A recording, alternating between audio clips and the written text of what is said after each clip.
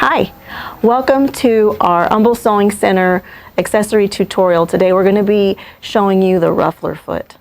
At Humble Sewing Center we carry Janome and we carry Baby Lock. I happen to be using a Baby Lock crescendo today with a Baby Lock Ruffler Foot, but interesting enough, the Ruffle Foot is kind of universal. So I've got in my hands a Janome Ultimate Ruffler that's kind of all-purpose. So if you're out there and you don't have a Baby Lock, but you have some basic regular, it could be any sewing machine pretty much, honestly. This particular ruffler is the ultimate ruffler. It's universal and it is adaptable to other brands of machines. So you could get this foot for your machine and do yards and yards of ruffles very easily and quickly. I want to show you the anatomy of a ruffle foot before I actually run fabric through it on the machine.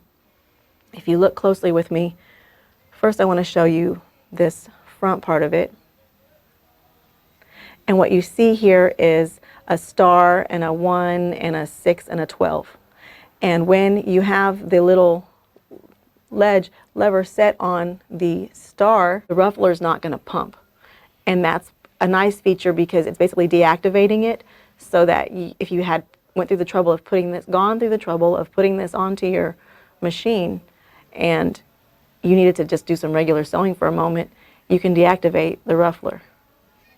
And then right here, when I move it over to 12, that means that the ruffler will engage every 12th stitch and every 6th and every single stitch. Does that make sense? So I'm going to put that over here on the number 1 for every single stitch.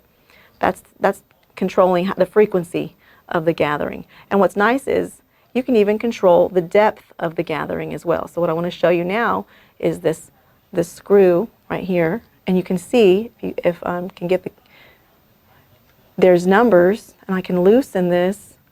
Right now it's at like maximum depth, which would be a deep pleat. So you can even do pleating with this ruffler foot. And as I loosen the screw, backing it out, there's different numbers, settings, and the further back it gets, the shallower the ruffling becomes. So depending on how deep and full you want your ruffle to be, you can control that. And then another part of the ruffler foot, especially this one that's universal, and even the Baby Lock one has this, is there's some screws on the back end of it that allow you to custom scooch this guy left or right or forward or back a smidge, so that when your needle's pumping up and down, you're not smacking your needle into metal and breaking a needle. If I can show you this area right here, I'll turn it to the back side so you can see. Basically, this is a straight stitch only foot, and you got to get that needle in the right spot. Tip to user, if you're using a Baby Lock or another brand that tends to, at default, left justify the needle, then you want to make sure you pay attention to either choosing the stitch that lets the needle be center justified, or scooch this little guy so that he's left justified with your needle, just so that you don't accidentally break a needle by leaving it on and forgetting and then jumping into it and smack a smack. So let me see here. The other part I wanted to show you was this little piece of metal that has, you can't see it, and there's no way for me to show you, but there's little jabby prongs on the end of it. And I'm just going to call this the shover. And this is it shoves the fabric. And so after 6 stitches, if you have it on the number 6, after 6 stitches of the sewing machine pumping up and down, the shover will go shove. And so that's the way it works. And then what's nice is you can control the depth of the gathering with this screw here. You can control the frequency with this piece here. And then you can control a little bit more too by even adjusting the length of your stitch on your sewing machine. So there's a lot of variables. So it's one of those play with it kind of accessories. So that's what we're going to do. We're going to play with it now. When we're going to load fabric in, the Ruffle Foot has little guides that are built into it. And these kind of block your fabric from slipping too far over to the right as your fabric's flowing through it. This one back here has, I don't know if you can see it, but it's got a little ledge to it where the fabric's going to be basically being stopped right here. And it lets your needle hit the fabric pretty much 1/4 of an inch away from the raw edge-ish. But then there's another guide right here that if you load this in,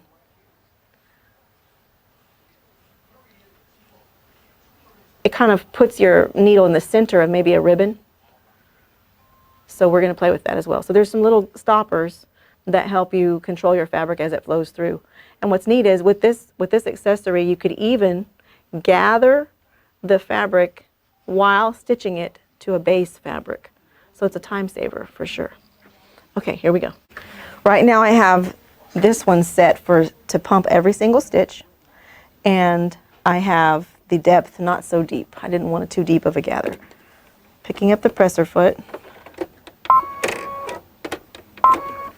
and then I'm going to go ahead and floss this through my little front end here.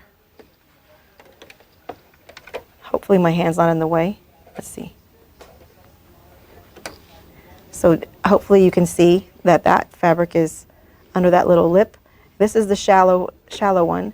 Now, as I get this loaded into the foot, it's a tight squeeze underneath what I'm calling the shover. It's not its real name.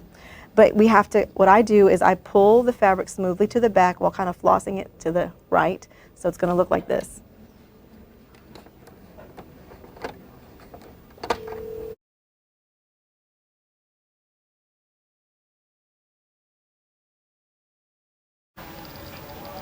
So I've gotten the fabric loaded in to the ruffling foot. You're going to always end up needing a little bit of a leader to get this loaded in. So another question I get asked quite often is, how long should my strip of fabric be that I'm going to use for ruffling? I tend to personally to do a 2-to-1 ratio. Like if I'm stitching it to a fabric that's so many inches, I'll double the ruffle because I like a full ruffle. And I might not use all of that ruffle, but at least I don't run out. So that's my opinion. I'm going to go ahead and lower the presser foot. I have the machine set on kind of slow. I will recommend when you do this, start off slowly.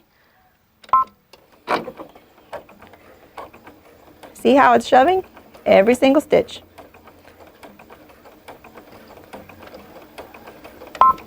And then what I'm going to do is go ahead and deepen that now. And we're going to get it a little deeper.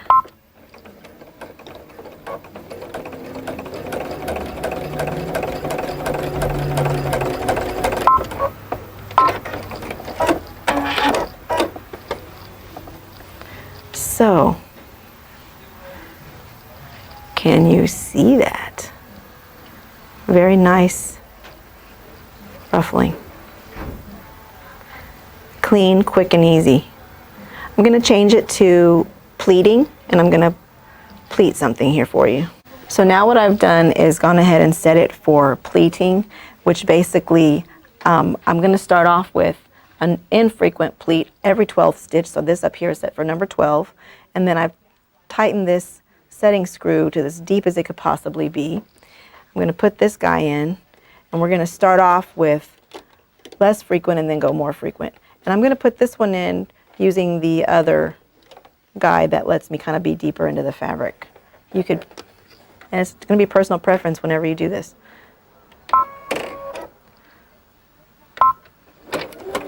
So 12 stitches in and a shove.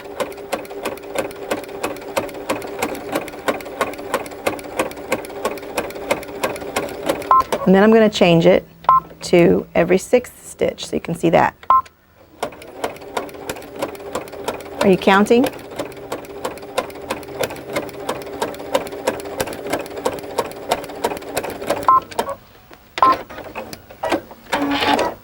And no, you don't have to go as slowly as I'm going when I'm running this, but I would gradually increase speed, not just go full speed ahead, because I've heard plenty of stories of people who try to go full speed ahead and for some reason something's not quite right and smack, break a needle.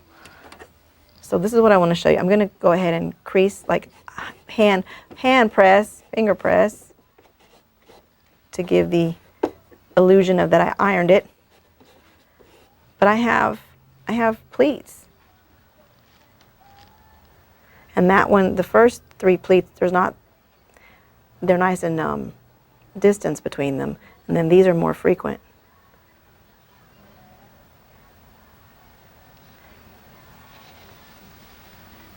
And now we're going to gather and attach to a flat piece of fabric at the same time. I'm backing the screw out again, lefty-loosey, righty-tighty. So I'm turning to the left, getting this shallow, pardon my head. And then I'm going to put this on every single stitch because that's the way I like it. I'm going to go ahead and load this in.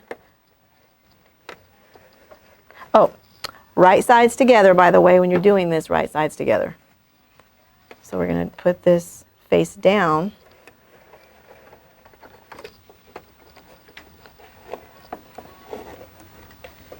And then I'm going to place my straight fabric underneath the needle as well. Now this is going completely under the foot, not shoved in the little guides or in between the metal of the sharply pronged shover.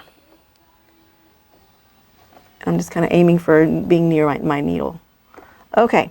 I'm going to keep the right hand edge of the fabrics aligned with each other.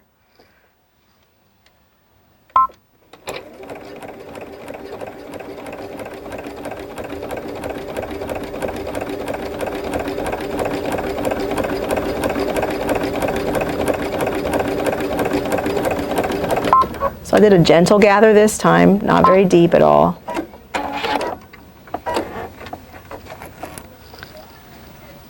So here's what the wrong side of it looks like. I did a very shallow, gentle gathering. And then it's attached to the straight piece of fabric stayed straight, and this is a gentle gather. So you can have, I know my fabric choices are just amazing, but you can really get ruffles attached to garments or home decor or dust ruffles on your beds or the bottoms of, well, I wouldn't sew this to a towel at the same time that I ruffle it, but you can embellish everything you want. Thanks for watching, and we hope to see you back soon.